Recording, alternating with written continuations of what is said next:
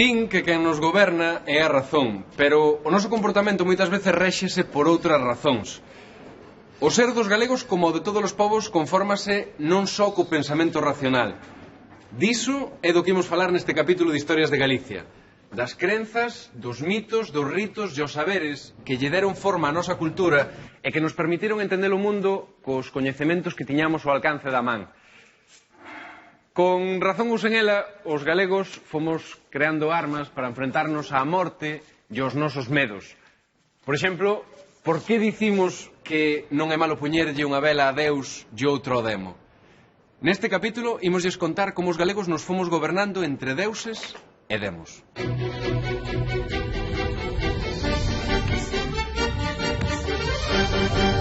Estamos no concello de Campolameiro, onde se atopa a maior concentración da arte prehistórica feita en pedra de Galicia.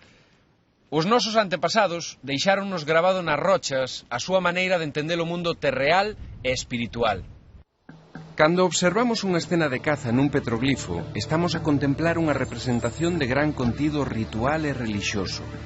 Desde moi antigo, a pedra sempre foi para os galegos algo máis ca un útil constructivo. Sabemos pouco do concepto da morte que tiñan os castrexos, porque non chegaron ata nós restos arqueolóxicos de soterramentos ou de rituais funerarios. Pero sí temos exemplos dabondo de construcións funerarias que xa se facían na Idade de Bronce, como por exemplo este dolmen da Mámoa do Rei, preto do lago Castiñeiras, en Pontevedra. Dolmen é unha palabra bretona que significa mesa de pedra. A súa construcción era un acto complexo que precisaba do traballo da comunidade. O dolmen é un monumento funerario que consiste nunhas grandes pedras verticais que sosteñen outra a modo de tapa. Estas tumbas construíanse sobre montóns de terra ou pedras chamadas túmulos. No interior mesturábanse as ofrendas cos corpos enterrados. Neste tipo de construccións que agora vemos excavadas, os galegos aínda hoxe situamos lendas e mitos. Os dolmens, como os castros e outras construccións antigas, asócianse á intervención dos mouros, que non teñen nada que ver cos musulmáns, xa que para o pobo os mouros son os máis antigos poboadores de Galicia. Pero deles pouco máis se di, permanecen envoltos baixo o mito. Os sepulcros de pedra foron e seguen a ser claves na nosa identidade. Se ben os dolmens representan a primeira aproximación cara ao outro mundo, hai outro sepulcro de pedra que se converteu nun dos nosos sinais de identidade. Compostela, a capital de Galicia, foi unha cidade que naceu e que medrou arredor do sepulcro de pedra do apóstolo Santiago. Pero hai quen pensa que quen está soterrado na cripta da catedral é Prisciliano, un bispo cristián que foi axustizado por herexe. Se cadra, antes de empezar coa primeira historia de hoxe, deberíamos de saber quen foi Prisciliano e que fixo para se converter nunha figura tan especial. Prisciliano foi un bispo que predicou a súa visión do cristianismo a finais do século IV na Hispania romana. Falaba da preexistencia da alma e da relación entre a natureza humana e a terra. Negaba a Trinidade, xa que negaba a natureza humana de Cristo. Os seus pensamentos tiveron grande acollida nas masas campesiñas e especialmente entre as mulleres, xa que o sacerdocio feminino foi moi importante no seu movimento, pois consideraba que os dous sexos podían ser vehículos para a fe. Prisciliano buscaba a rexeneración da Igrexa por medio do celibato e o voto de pobreza. Por todo iso, foi prendido por orde do emperador Máximo e condenado á pena capital por maleficio. Isto sucedeu na cidade alemán de Treveris. Estamos no Santiaguiño do Monte, en Padrón. Antigamente este era un altar dedicado á fecundidade. Que o apóstolo Santiago estivera enterrado en Compostela foi moi importante para a unificación da religión cristiá, pero tamén tivo motivos políticos, sobre todo para realzar a reconquista contra o infiel musulmán. Este foi un dos moitos lugares cristianizados pola Igrexa, así como moitas celebracións paganas foron incluídas no calendario cristiá. Como apuntamento, abonda con lembrar que festas cristiás como o Día de San Xoán, a Noite de Defuntos ou o 24 de decembro eran datas xa sinaladas antes da aparición da religión católica.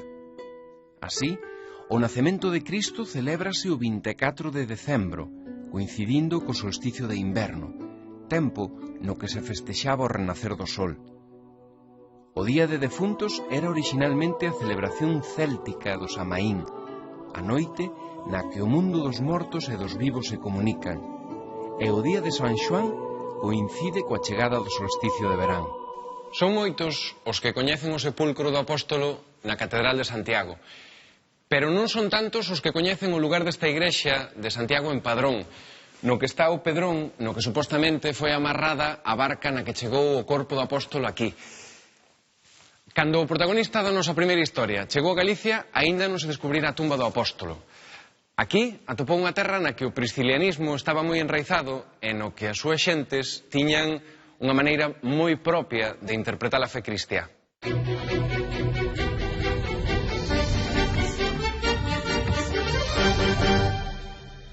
Este home é un relixioso que vende moi lonxe, da Terra Santa.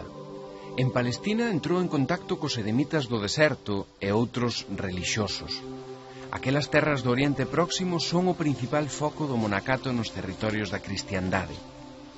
A vida que levan os monxes daqueles mosteiros converteuse no ideal de fe deste home. A súa forma de entender a vivencia relixiosa conforme a doutrina de Cristo é moito máis estricta ca que teñen os galegos. Alá, en Palestina, ampliou a súa formación humanística e o coñecemento do latín e do grego, porque este home, chamado Martiño, naceu nas chairas húngaras da Panonia. Martiño conseguiu o favor do rei suevo da Galaecia para fundar un mosteiro en Dumio, preto de Braga, seguindo o modelo que vira na Terra Santa. Deste xeito, a ortodoxia cristiá conseguía un centro de control do dogma en Galicia. Martiño, desde o seu mosteiro de Dumio, actuou para frear os ritos pagáns que aparecían arreo na Galicia sueva. Desde Dumio tentou levar aos galegos a ortodoxia cristiá. A súa idea estaba clara, pero que fixo para levala a cabo? O primeiro foi conseguir ser investido como bispo, cousa que logrou en tan só un ano. Iso sí, bispo dunha sé episcopal creada ex profeso en Dumio e que tiña como límites os propios do mosteiro. Desde alí, Martiño desenvolveu unha gran labor para tratar de erradicar os ritos priscilianistas que estaban moi arraigados na poboación rural. O costume de acender candeas nas pedras, nas árbores e nos camiños debíase á crenza de que neles estaba pechado un espírito da natureza que podía tomar forma humana. Estamos no camiño romeiro de Santo André de Teixido. Nos camiños e nas encrucilladas, os romeiros deixaban pedras para lastrar as almas en pena, construindo milladoiros como a este. Martiño de Dumio alentou a destrucción destes símbolos pagáns. Os patriarcas da Igrexa reúnense en Braga en concilio para definir a estrategia que debe seguir a élite eclesiástica. Martiño de Dumio defende que a Igrexa ten que instruir e guiar o pobo para preservalo de supersticións e de crenzas pagás. El representa a ortodoxia da Igrexa e exerce de guardián da fe e das formas nas que se impartía a doutrina. O priscilianismo, moi arraigado entre a poboación, é o principal obxectivo e pretende acabar con el. Acender candeas xunto ás pedras, as árbores, as fontes e as encrucilladas, que outra cousa é senón culto a demo. Os actos de adivinación e os augurios, e celebrar o día dos ídolos, que outra cousa é senón culto a demo. Adornar mesas e poñer polas de loureiro, prestar atención ao peco que se pisa, derramar gran e viño no lume e poñer pan nas fontes, que outra cousa é senón culto a demo. Acabamos de ver como nun momento da nosa historia a Igrexa tentou eliminar unha serie de crenzas que estaban moi enraizadas no pobo e que consideraba pagáns. Non só cristianizou os ritos, tamén cristianizou a xeografía. Estamos no santuario da Virxe da Barca e esta que teño aos meus pés é a famosísima Pedra da Valar. Xa vimos que cando non se poden eliminar as crenzas, o máis intelixente é facelas propias. Esta é a Pedra dos Cadrís, outra das pedras que ten gran predicamento entre os romeiros. O paso do tempo parece amosar que San Martiño de Dumio non tivo moito éxito na persecución de determinadas crenzas e expresións de fe que aínda hoxe están presentes nas nosas vidas. O pobo, fronte ao dogma que lle viña imposto, mantivo unha mitoloxía propia e tamén desenvolveu unha serie de rituais para enfrontarse aos seus temores. Acabamos de ver como no século VI os galegos, para defenderse dos seus medos, recorrían a rituais que se seguen mantendo. Seguramente porque moitos deses medos e ameazas están aínda presentes, como o medo á morte ou á enfermidade. Pero nunha historia dos medos galegos non podía faltar o medo ao lobo.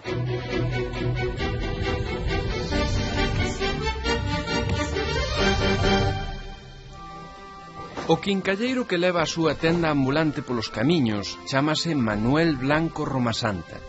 Naceu no seo dunha familia de labregos no lugar do Regueiro, no concello ourensán de Esgos. Fora xastre, pero trala morte da súa muller decidiu abandonar a súa profesión e a súa casa. Viúvo e sen fillos, decidiu tomar os camiños por Morada. Comeza a moverse polos vales de Maceda, Allariz e as comarcas do Bolo e Conso, e tamén polas serras de San Mamé de Elaza e máis aladas fronteiras galegas. En pouco tempo xa coñece e domina as serras e vales ourensáns coa astucia dun lobo.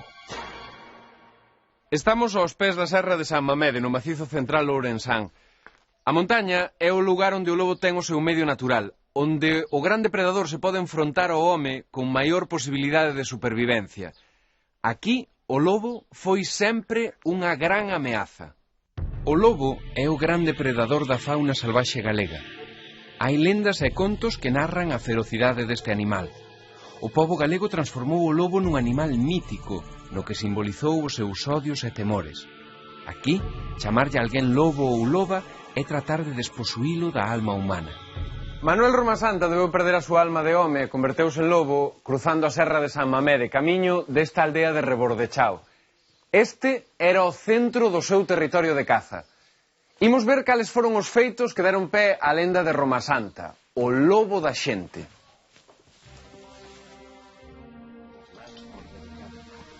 Romasanta é un tipo moi mañoso e ten unha gran capacidade de aprendizaxe.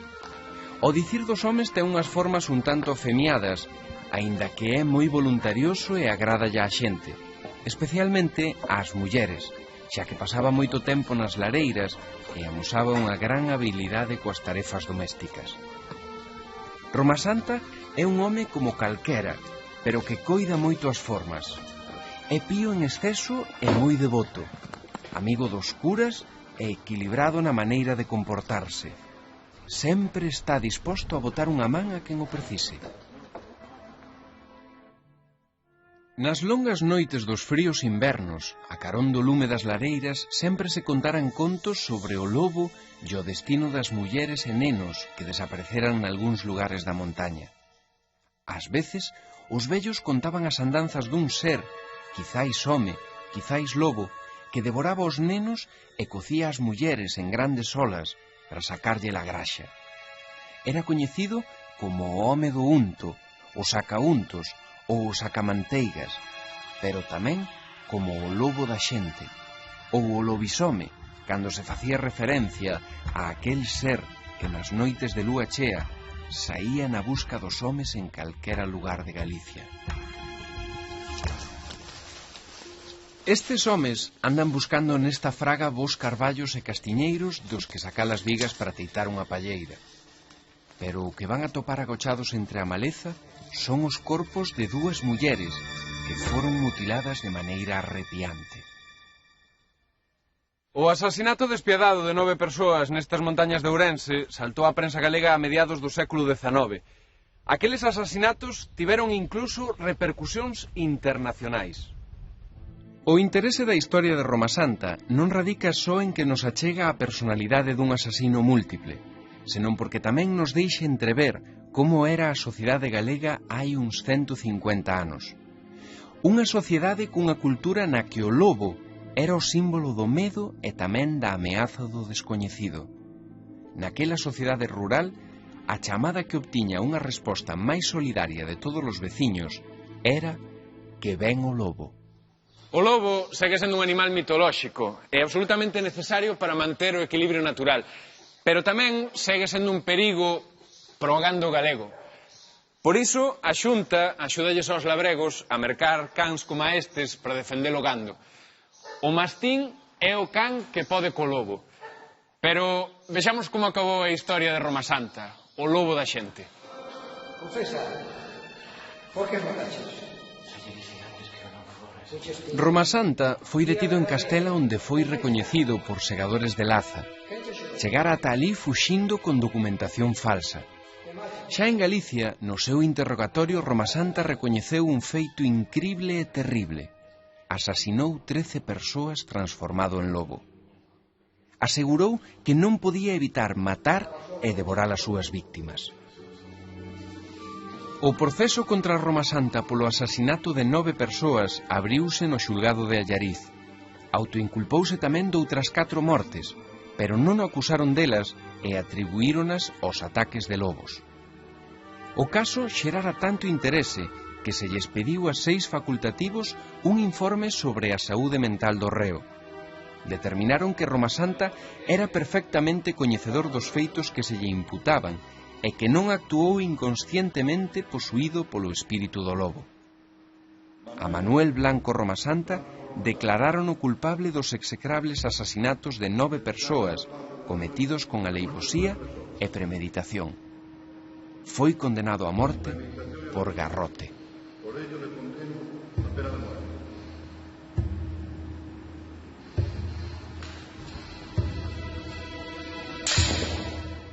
Esta é a causa 1788 do home lobo e gárdase aquí na Coruña, no arquivo do Reino de Galicia. Son 2000 folios nos que se pode seguir todo o proceso xudicial e as declaracións de Manuel Blanco Roma Santa. O caso chegou ata a Corte de Madrid e foi a propia Reina Isabel II quen promulgou o 13 de maio de 1854 un indulto polo que se lle cambiaba a pena de morte por cadea perpetua. Nada se sabe dos derradeiros días de Roma Santa, nin cando, como ou onde morreu. Ningún dato sobre a súa morte está debidamente documentado. Ningunha crónica ou información recolle nada sobre Roma Santa con data posterior a 1854. En ningunha parte se dá fe do enterramento de Manuel Blanco Roma Santa. O mito do lobisome non desapareceu coa morte de Roma Santa. Mais aínda, pasou a ocupar un lugar de honra dentro da nómina dos seres sobrenaturais da nosa cultura. Valle Inclán, nunha das súas comedias bárbaras, na que leva por título Romance de Lobos, conta como o protagonista se atopou coa Santa Compaña, outro dos nosos grandes mitos. Pola noite, os mortos da parroquia saen levando unha cruz procesional e un caldeiro con auga bendita. Van polos camiños a visitar a casa dos que van morrer. A cruz ten a que levar unha persoa viva. A única maneira de librarse de levala é poñerlla na man a unha persoa que se atopa polo camiño. Por iso, hai que andar con coidado polas noites e evitar a visión da Santa Compaña. Que significado teñen hoxe os ritos e os mitos da tradición galega nun mundo que ten a súa cultura cada vez máis globalizada? Realmente cambiamos tantos galegos á hora de entender e de dar resposta ás necesidades da nosa alma ou do noso espírito? Por exemplo, como nos enfrontamos os galegos á morte? Arredor da morte, todas as culturas construíron unha serie de rituais que pretenden evidenciar que a derradeira viaxe non é o final da vida.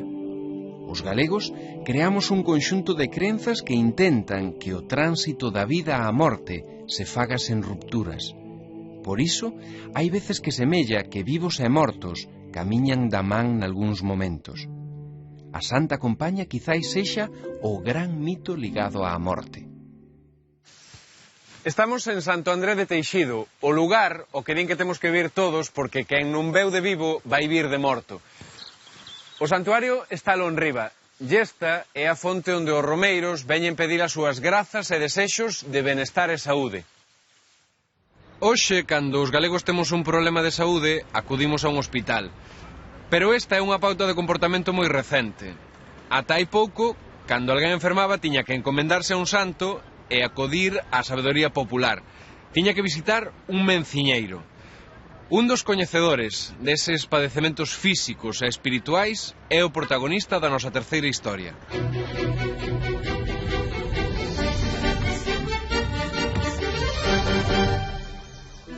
Este home vai para a feira de Vilalba, pero non é un tratante de gando nin vai mercar nada. O seu nome é Manuel Xil, pero é coñecido por todos como Xil da Ribeira, porque é da Ribeira de Piquín.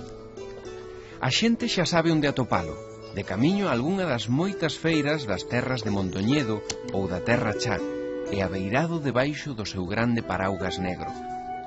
Xil herdara da súa familia o talento de adiviñar os males e de coñecer os remedios para curalos. O seu saber era recoñecido e moi valorado polas xentes que acudían onde a él para sanar os seus males, os físicos e os da alma. Os seus coñecementos, como os da maioría dos menciñeiros, baseábanse en 3 puntos fundamentais: o coñecemento do home física e psíquicamente, o coñecemento da natureza e das propiedades curativas que hai nela, e a psicoloxía para saber escoitar e comprender as doenzas dos enfermos. Un escenario básico para as relacións sociais e comerciais en Galicia foron e seguen sendo as feiras. Pero nas feiras galegas non só se mercaban e se vendían artigos de todo tipo. Eran un lugar para que a poboación rural coñecese as novas que acontecían no seu entorno. En un tempo no que os médicos eran un luxo para moitos, nas feiras pasaban consulta menciñeiros e curandeiros. Ademais de sanador, Xil da Ribeira era un xastre moi especial.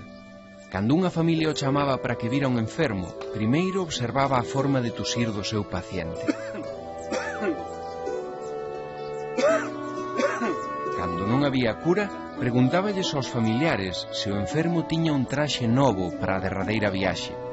Se non o tiña, el ofrecíase para facerllo e tomáballe as medidas ao que xa vía como defunto.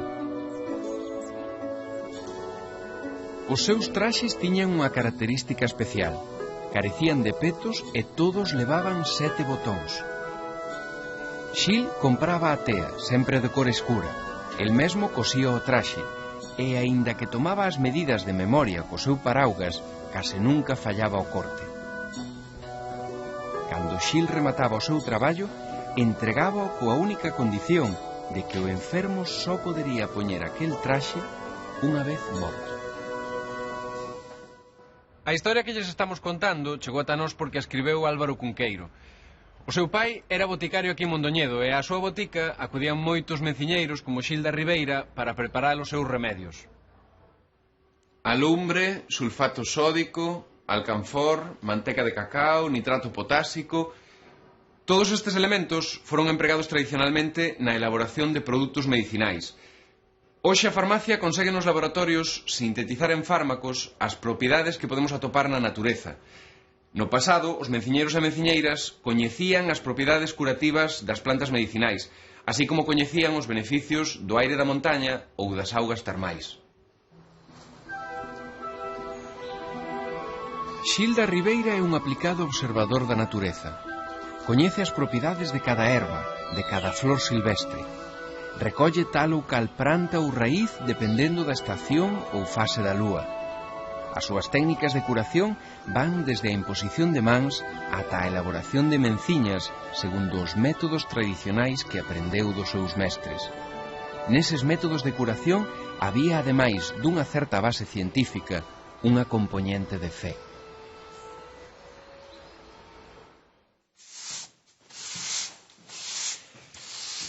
Este é un dos ritos que fan os romeiros que veñen á lanzada. Barren os seus pecados. Para cumprir este ritual hai que dar 3 voltas arredor do altar da Virxe. Os fieis que acoden ás ermidas e ás igrexas galegas non só buscan a súa curación espiritual, tamén buscan curación para si mesmos e para os seus. En Galicia hai multitude de santuarios que teñen sona de curar certas enfermidades, pero como se enfrontaban á súa propia enfermidade e á súa propia morte xentes como Xil da Ribeira? Un día de xuño de non se sabe que ano, Xil da Ribeira díxolle a súa irmá que ia sentar ao sol e que dentro dunha hora o fosen buscar, pero pediulle que non fose ela soa, porque o ían ter que meter para a casa. Unha hora despois seguía sentado no escano, pero xa estaba morto. O que non se sabe é se deixara feito o seu propio traxe. A taipa o co normal é que os galegos morresen na casa. Alí era onde se amortaxaba o corpo e onde se velaba. Hoxe iso faise nos velorios ou nos tanatorios. Os antropólogos din que esta é unha maneira de intentar botar a morte da nosa casa e das nosas vidas.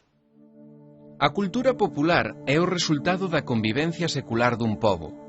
É unha creación colectiva froito das múltiples continxencias históricas e da interrelación de cada un dos nosos antergos coas persoas coas que conviviu e co medio no que habitou.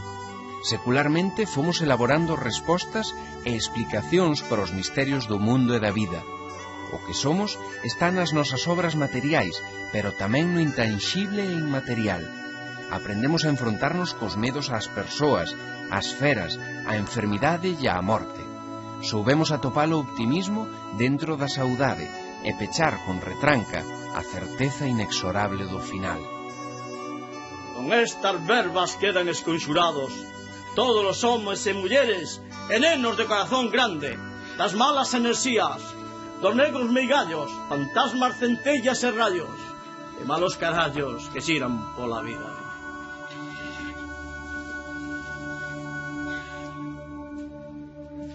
Neste capítulo de Historias de Galicia quixemos falarlles daqueles actos dos galegos que aparentemente non están guiados pola razón, pero que no fondo teñen moita razón de ser.